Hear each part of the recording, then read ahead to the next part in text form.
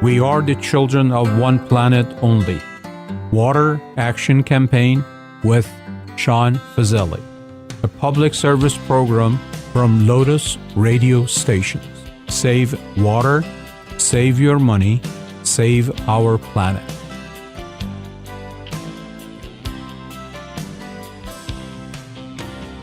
I'm holding in my hand a glass of water, and if anybody out there listening to this show, and if you have time, you should do the same as well. This water is a luxury item in so many cities and countries around the world. And certainly here in this country is a precious commodity in states such as California, Arizona, and Nevada. Water is not an unlimited resource from Mother Nature. It may be true that 70% of our planet is covered with water, but only 3% is safe for drinking and human consumption. Today, in a lot of places around the world, the people commute few miles every day to get a bucket of drinking water. The same water others carelessly waste when they flush a toilet. Remember, each flush can waste up to 5 gallons of water if we still use a standard, and half of it if we are using the upgraded dual tank system. Over 1 billion people around the world are suffering from lack of access to even a bottle of water, and every day thousands of children, they die for the same water that we waste and simply take it for granted. Water crisis has been the headlines of the TV shows such as CBS's 60 Minutes and prestigious prints like Washington Post and New Yorker. And I'm really excited to see that Lotus radio stations in California, Arizona, Nevada, and other places have taken the leadership step to educate the public and emphasize on the impact of the problem. In case you missed it, 60 Minutes opening 20-minute segment was only about the water shortage in California and Southwest. If you haven't watched it, please watch it. It is an eye-opening report. So somebody may ask why all of a sudden the water has become such an important issue. The answer is very simple. The Earth population has doubled over the last 50 years, and the demand for the fresh water for drinking, producing the foods and fruits, and human consumption has surged along growth of the population. However, the sources of the water, such as rainfall, lakes, and the reservoirs, have not been doubled. So, the question is, where is this extra water coming from? The answer is, it is coming from the groundwater, or it has a fancy name called aquifer or aquifers.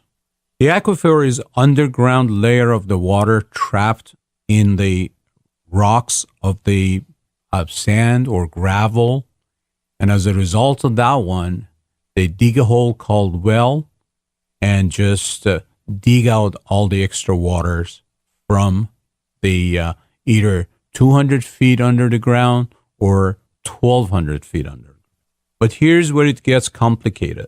The groundwater is like savings accounts and should only be used in an emergency, and we should be able to put it back as soon as the emergency is taken away. Now, wait a minute. We're telling you that we all are flushing our savings accounts and our saving waters down to the toilet, and we don't even bother to think about it? The answer is yes, and there's more to it, and I will explain. Imagine that you wash your dishes and use a sponge. The sponge is holding some water and looks thicker and fresher. Now we squeeze the water out of a sponge and leave the sponge for a few days and see the result. It is dry and certainly smaller and looks like that it has been shrinking. If the earth is the same sponge, then the groundwater is what is holding its vibrant. The more we drill the wells and suck the groundwater out, the more the land will sink. In fact, in some parts of the Central Valley in California, the land has been sinking over a foot each year and up to 6 feet in recent years. Remember, California is deep into the fourth year of the drought, and this past winter has been the hottest and driest ever recorded in the history of California. To respond to such crisis, Orange County Water Department here in California is using the waste and gray water, and after purifying it, will send it back to the nature in form of the groundwater as well as the drinking water. They do it up to 90 million gallons of water every day, which is a great step to protect our groundwater. Other countries, they're doing the same, and also here in San Diego and Seattle, they have similar projects. California's historic drought has also forced Governor Jerry Brown to impose the first ever mandatory water restriction, and the local and state municipalities have adopted restrictions that are in compliance with the new state guidelines.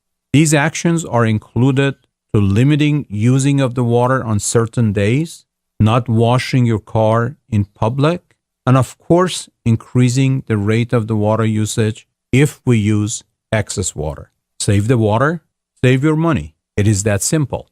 Here's some of the mandatory water restrictions that some city councils, they have implemented and approved. They have come up with the residential irrigation system and dividing it to the odd numbers, which is odd addresses, and even addresses. So they say to the people that, okay, if you're living in an odd address, you can irrigate your outside, let's say that Sunday or Thursday, twice a week. But if you're living in the other number, you can do it Monday and Friday. Now, for the commercial part, they come up and say, okay, you can do it as well, but not on the residential days. You can do it maybe Friday and Tuesday. So all of these days, when you're doing the odd days, the other two, they're not doing it. When you're doing the even days, you're not doing the other days. So that will work perfectly with the different residentials and commercial. But that's not the end of it. Here's another issue. You cannot do it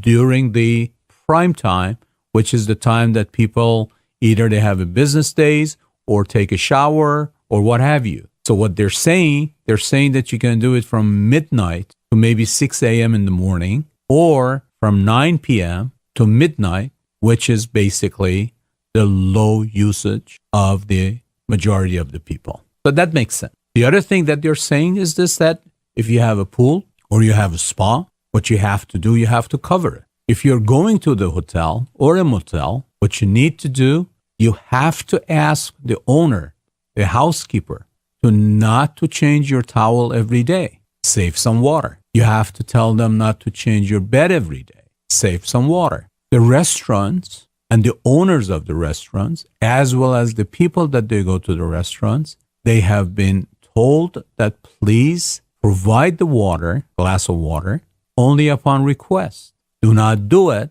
but simply bring a glass of water and put it there if the customer doesn't want it. So it's a collective community work together. It's not an individual. Let's say that having a pool is a luxury item. Pool is a luxury good, right? So they're like wasting a lot of water, but people, they want to use it as well. So cover it. And even some of the cities, they have come up with some programs that they do the rebate. If you purchase a cover and cover your pool or spa or what have you. The other thing that the other cities they are suggesting, and I strongly encourage it, is not to use your own pool, but go to the community pool that a lot of places they have, see some friends, see some neighbors, get to know some people, and not to use your own pool. If you can, simply get rid of the water in your pool and use it next year. The best grass is not a green grass anymore. It's a brown grass. So as long as we follow all this protocol, as long as we accept all this protocol, as long as we do it collectively, we probably would have a better and safer community. But the problem hardly is restricted to the West Coast or even the United States of America. Around the world, India is suffering from the water depletion due to the lack of the enough rainfall and also overusage of groundwater. The same scenario applies in North Africa, South Sahara, or Middle East. Researchers and scholars around the world believe that the water shortage will lead to the water crisis and maybe to the water wars.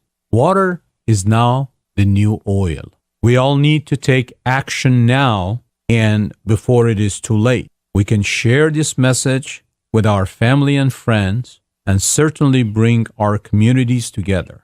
If we do so, we certainly can make a difference. If we don't, we take the risk of heading to a point of no return. Here's some tips to reduce your water consumptions. Close the tap water while brushing your teeth or washing your hands or doing your dishes. Take a shower instead of taking a bath.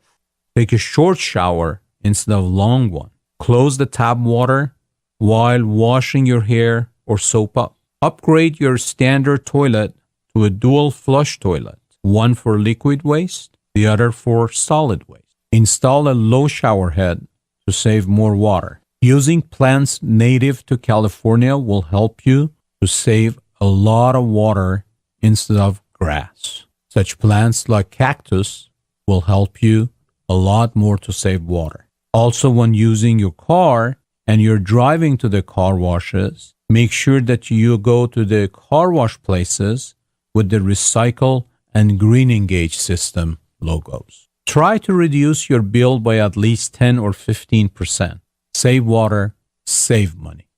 Let me bring Jake Wigner from Central Valley, and we will be talking to him about the water shortage in California. He is a fourth-generation farmer in the area, and I've been talking to him off the air, and he was telling me that he has never seen such a kind of the water crisis in his life. As a matter of fact, he said that he has never seen it even in his dad's life.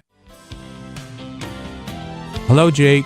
Hello, how are you guys doing today? Good. I'm sure that by now everybody knows about the water crisis and water shortage in California and the other neighboring states. But the thing is that for someone like you, just kind of having the firsthand experience with that one, and just kind of your life is dependent on the water, you would be probably the right person to talk to, and you tell us about exactly what is happening, why it's happening. And before you do that, tell us a little bit about yourself. We understand that you and your family, you have been living in the Northern California, Central Valley area for over 100 years. Yeah, that's correct. My great-grandfather came to Modesto area, bought a farm just outside of Modesto in an area that's called Wood Colony in 1910, and initially had a registered Holstein dairy, and eventually sold the dairy cows and started planting walnut trees. And so we've been farming walnuts ever since. We're primarily walnuts and almonds. We do grow some corn and alfalfa as feed for some local dairies in the area. And we've been in the same place. The house I grew up in, my great-grandfather built in 1912. And so we've been farming in the same area here just outside of Modesto for a little over 100 years. And you're right, this drought is something that really is unprecedented when you go back and look in history. And we've had other droughts, but we haven't seen the effects of a drought like we've seen with this one. So exactly how, I know that your livelihood is dependent on the water. So does a lot of other people in the area, Fresno, Bakersfield, Modesto, Sacramento. So when the government is going to be advising everyone about conserving the water, that's not a cliche. That's a real serious matter. And for people like you, that you have to have water in your area in order to do the walnut or almond or any other citrus, tomatoes, what have you. Tell us about how important is the water, first of all, for your family, for your community, and for the state of California? Well, water is the lifeblood for everything. I mean, every living thing depends on water. And in agriculture, what we're doing is growing a bunch of living things. And it takes water to do that in a big way. And the drought really started to hit home April 1st when the governor ordered a 25% cutback in all municipal usage. And I think at the time what people didn't realize was the amount of reductions that agriculture had already faced. This year, we're in the Modesto Irrigation District. A normal allotment during a full wet year from the irrigation district is 42 inches of water per acre. Last year, we were cut to 24 inches, and this year we're cut to 16 inches. So we're looking at over a 60% reduction in the water that's available to us to use on the farm. And it's changed how we manage our way through the year. We tore out 10% of our walnuts because we just didn't have enough water to produce a crop across our entire acreage. And that's not uncommon. When you look at 2014 numbers, because 2015 is not over yet, there was 400,000 acres of farmland that was fallowed throughout the state of California. That equated into 17,000 lost jobs and over $1 billion in lost farm gate value. That doesn't include the economic multiplier. And this year, the drought is worse. So while those numbers are still coming in, I think we could expect that those numbers will probably close to double. We're probably looking at close to 800,000 acres of farmland left out of production this year in California, which again means lost jobs and lost revenues. And the issue is in the Central Valley, our communities are agricultural-based communities. In Stanislaus County, where I'm from, we're the 7th largest agricultural county in the nation. Our county generated about $3.1 billion of economic activity in 2013. 2014 numbers are not quite in yet. And that's almost, our county, as far as farm gate value for agriculture, is almost equal to the state of Alabama. Wow. That's how much agriculture production is in our county. And when you look at what that does, not only in the production, but the transportation, the marketing, the processing, and the jobs that it creates, when you start taking that water away, that is the basis of everything. Without the farm product itself, you don't have the need for transportation, you don't have the need for processing, you don't have the need for marketing, and all the other businesses that go along with that. If we're not making as much money, you're not buying enough tractors, so the tractor dealership suffers. So there's everybody, you're not buying as many trucks, so the Chevy or Ford or Dodge dealership might suffer as well. So that dollar that gets rolled around in the community that's generated from that agricultural base, when it's not there, those implications are felt far and wide. In case you joined us, we're talking to Jake Wigner, and he's a fourth-generation walnut and almond farmer. His great-grandfather moved to the area over 100 years ago, and he has been following the footsteps of his family over the last 100 years. He is not 100 years old. He's very much younger, and but he's suffering, along with the other farmers in the area, from the lack of water. That is why we advise and we ask everyone in every house, in every community, in the metropolitan areas to save water, to conserve water, because this is a collective effort. This is something that all the different magazine, media, newspaper, radio, all over the country, they're talking about it. From Washington Post to New Yorker, from CBS's 60 Minutes, all other media and prints, they're talking about it. Here at Lotus Corporation, we are taking the leadership steps in California, in Nevada, in Arizona, through our stations to make sure that we support people like Jake and his family and his business by saving and conserving water. And Jake, tell us about how we can help living in the metropolitan areas to save water, to conserve more, and to consume less, so that we can help people like you in Central Valley, because otherwise you're going to be digging the hole in the ground and getting the water more and more from the groundwater, or which I call under the groundwater, start from the 20 feet to go to the 200 feet, now maybe going to the 1,200 feet in order to get the water out. Is that true? Yeah, depending on where you're at in the valley. There's parts of the valley that have been much more dependent on groundwater than others. The area we're in an area that is not in concern of overdrafting the groundwater. Our water table is at about 24 feet. So when you gave that range, we're on the very, very high end of that range. And the reason for that has been we've always had very good access to surface water, the water that's in our reservoir. And we've always looked at groundwater as an emergency source. That's our back. When the reservoirs are out, then we look to the groundwater as a reserve source. And there's parts of the state that have really looked at groundwater as its primary source of water, and that's when you really start getting into concerns of overdraft. And so our area, you're right, we're putting in more wells, but our system was really designed for that. I like to say that we are managing our groundwater the way it's supposed to be managed. In wet years, nobody uses wells. We have enough water coming out of the reservoir to be sufficient for everybody to grow a crop. It gives a chance for that groundwater to recharge. But in years like this, we're going to tap that resource because we need to be able to have some sort of access. But it comes at a pretty high cost. And I think that's maybe lost sometimes in the municipal sense. And I thank you guys for your efforts to try and bring awareness to this drought. And like I said, April 1st, when the governor made that mandate, it really became real. This drought became real for a lot of people in town who maybe hadn't seen the effects of it yet. And when you had the state of California or your local cities telling you, we're going to start limiting the amount of days you can water your lawn, that was a wake-up call to a lot of people that this drought is much more severe than maybe we anticipated. And there was a lot of backlash from that. There was a lot of people in town who said, this isn't fair, we should do more to agriculture, farmers should reduce more. And I don't think they realized the amount that farmers have already done. As I said, our water was reduced over 60% this year. So a 25% reduction would be welcome, because a 25% reduction should mean I'd be getting water back. We were cut 60%. We've torn out 10% of our walnut orchards that we will not produce a crop on until we know we have water sufficient to produce a crop. And you have people in town who are upset that they can only water their lawns 2 days a week. And I understand that people have an investment in their yards. And there's a lot of time and energy and effort and money that goes into having a beautiful yard.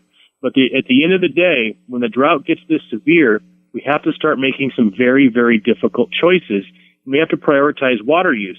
And when it comes down to our basic needs for human consumption, we need enough water to be able to drink and wash our food and wash ourselves, so we have proper hygiene at home, and we need enough water to produce food. And those are really our two basic essentials as human beings. We need water for our own personal use, and we need food to eat. And it takes water to grow food. And so while this drought is affecting everybody, we have to remember that our agricultural entity is vital to the state of California. It likes to get brought up that, well, agriculture is only 2.1% of our state GDP. Well, that's true, but it loses sight of the fact that California, depending on the year, is the 6th or 7th largest agricultural economy in the world. So while it may only be 2.1% of our state GDP, there is only 5 or 6 nations in the globe who have a larger agriculture industry than the state of California. We do more than most countries. And so 2.1% can be used to twist the equation to make it not seem like much. But what we do in California and our agricultural economy has global implications in the global food supply.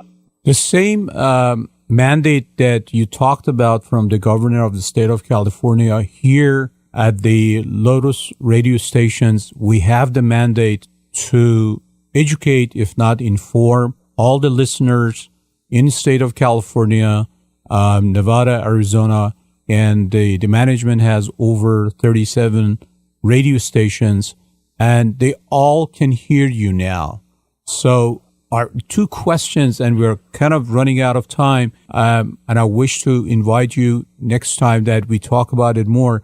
But I'm assuming that the number one, the prices eventually in the state of California will go higher and higher and up as far as the agriculture is concerned. And also, are you thinking or advising our neighbor states that be careful that they're not going to be having the same serious matter that we have right now with respect to the drought?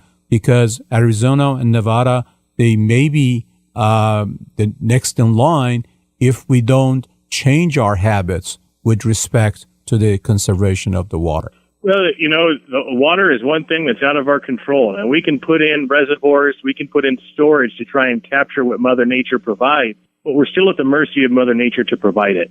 And that's the situation we're in. We haven't planned and we haven't had the capacity to save enough water when it was wet to get us through these times now when it's dry. And so I think that is something for other states to be aware of, is nothing is ever given. And a lot of times we can take things for granted that it's always been there, but it may not always be there. And so we do have to conserve. And I think in other states, the other thing that we need to look for going into the end of this year and really into next year is where we start seeing the effects of this drought, is we could see food prices on the rise, because every farmer in my area is removing acreage from production because there isn't enough water to go around. So every farmer is tearing out 10 acres here, 70 acres there, 100 acres here, 50 acres over here. And that adds up statewide. And that's production that was used before. That was acreage before that was used to grow food. And if it's not growing food now, then that means there's not going to be as much available, which means the prices will go up. When you look at the supply and demand curves, that's just the effect of our lower supply. And so it is something that we all need to be aware of. We all need to be conscious and do our part to conserve. If it means cutting back the watering on your lawn to 1 or 2 days a week, if it means managing your showers better and shutting off the water when you brush your teeth, it's little things like that that add up. When you look at our statewide average water usage, is about 120 to 150 gallons per person per day. I don't think people realize the amount of water that we use as individuals. And now a lot of that is for our landscaping. We don't consume that. We're not putting that down the drains in our toilet or in our bathtub. But it's the amount of water that we use as human beings. And if we can get that number down, it's going to benefit everybody in this for the long term. Exactly what we have been saying all over all the time. And I'm so happy that we hear it from you as a person that the livelihood of you, your family, your business is kind of dependent on the water. I appreciate your time. We have been talking to Jake Winger, and he is a fourth generation farmer in Central Valley, and I hope to talk to him more. Thank you so much, Jake, and I appreciate your time. Thank you for having me. Appreciate it.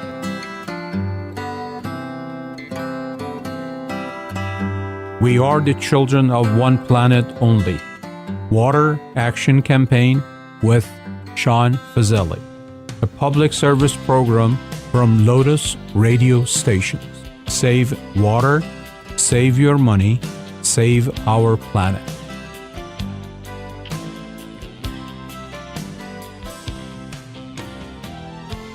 California enters the fourth year of one of the most severe drought period in the state's history. Calendar 2014 shows the hottest year on the record, and the 2013 was the driest.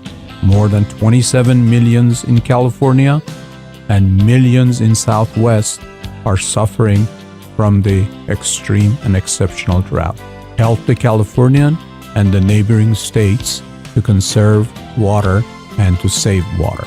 Together, we can make it happen and help the farmers as well as the municipality.